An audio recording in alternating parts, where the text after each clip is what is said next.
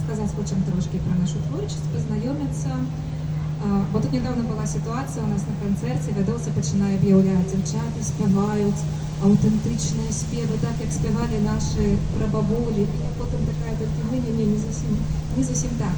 Ми у своїй творчості опираємося, безумовно, на традицію, але ми її переосенсовуємо і вішаємо все-таки творчістю тою, що ми робимо. І так, ми беремо за основу некий матеріал, який ми вельми любимо, звісно. І ось, до речі, те, що ви чули зараз, це більш близько. А далі наступна пісня буде вже таким авторським переосенсуванням з великою любов'ю і повагою до фольклорного матеріалу. Вашій увазі, а вже ж і вам.